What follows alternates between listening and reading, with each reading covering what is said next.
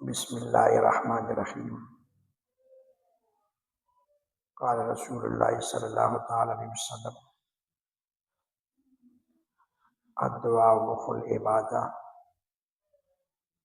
او کما قال علیہ الصلوۃ والسلام۔ دعا عبادت کا مغز ہے، دعا عبادت کی اصل ہے۔ آج ہمارے گھروں میں پریشانیاں،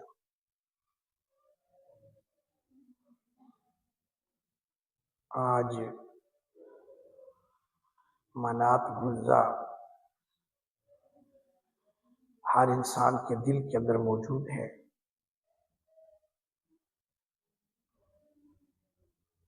جس کی وجہ سے انسان کے اعمال برباد ہوتے ہیں۔ اللہ کی محبت کی جگہ دوسری غیر کی محبت کو لانا،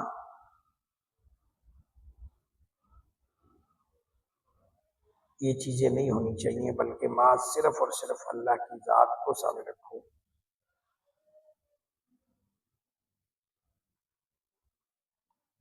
اور جب صرف اللہ کی ذات کو سامنے رکھو گے تو وہ آپ کا مددگار اور حامی ناصر ہوگا۔ اس لیے فرماتے ہیں کہ دعا و مخ العبادہ، نبی علیہ الصلوۃ والسلام نے فرمایا کہ دعا عبادت کا مغز ہے۔ آج ہمارے گھروں میں جتنی ناچاکی کی صورتیں ہیں، بے برکتی کی فریاد ہے کہ دکان پر کوئی گاہک نہیں آ رہا، اس میں ایک بنیادی وجہ یہ بھی ہے کہ ہم نے تلاوت کیا ہے، لیکن ہم نے قرآن مجید تلاوت کی ہے، لیکن ہمیں وہ یقین اور وہ سوکھ نہیں ہے۔ اس لیے فرماتے ہیں کہ جس طرح انسان جسمانی طور پر ٹھیک رہتا ہے، اس طرح روحانی طور پر بھی وہ ٹھیک رہیں۔ لیکن فرماتے ہیں کہ نبی کریم صلی اللہ علیہ وسلم نے فرمایا کہ جب دعا کا اہتمام چھوڑ دیا جاتا ہے تو وہ مشکلات ڈیرے ڈال دیتی ہے۔ آج یہ ہماری پریشانیوں کا ایک یہ بھی ہے کہ ہم دعا نہیں مانگتے اللہ سے دعا مانگو رو رو کر۔ اور پھر دعا کا ایک یہ بھی طریقہ ہے کہ نبی کریم صلی اللہ علیہ وسلم انس رضی اللہ تعالیٰ عنہ راوی ہے، فرماتے ہیں کہ نبی کریم صلی اللہ تعالی وسلم نے ارشاد فرمایا کہ جب کوئی مسلمان آدمی دعا کرتا ہے اپنے رشتہ داروں کے لیے، اپنے ماں باپ کے لیے جو دنیا سے رخصت ہو گئے ہیں، تو ابھی وہ اپنا ہاتھوں کو چہرے پہ نہیں پھیرتا تو فرشتہ اسی دعا کو ایک پلیٹ میں ڈالتا ہے اور پلیٹ میں رکھتا ہے۔ اس کے لیے حدیث میں آتا ہے کہ جب وہ اپنی کسی مردہ رشتہ دار کے لیے دعا مانگتا ہے تو اللہ رب العزت کے نورانی فرشتوں کی ڈپٹی اللہ نے لگائی ہوئی ہے، وہ نوری فرشتے جا کر جنت سے تاشت لے کے آتے ہیں، یعنی جنت سے وہ ایسی تھال سونے کی لے کے آتے ہیں، اور اس کے اندر وہ جو دعا مانگی گئی ہے وہ دعا رکھتے ہیں، صدقہ دیے صدقہ رکھتے ہیں، اور یہ چیزیں اس تھال میں رکھ کر، اور یہ ابھی دعا ختم نہیں ہوتی، یہ اپنے چہرے پر ہاتھ نہیں پھیرتا، تو یہ فرشتہ اس تشت کو لے کر قبرستان جا کے مردہ کے سرانے کے طرف کھڑا ہو جاتا ہے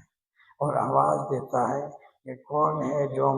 یہ مجھ سے لے لے، اس لیے کہ وہ تمہارے رشتہ داروں نے یہ تمہارے پیچھے تحفہ بھیجا ہے، اس کو لے لو،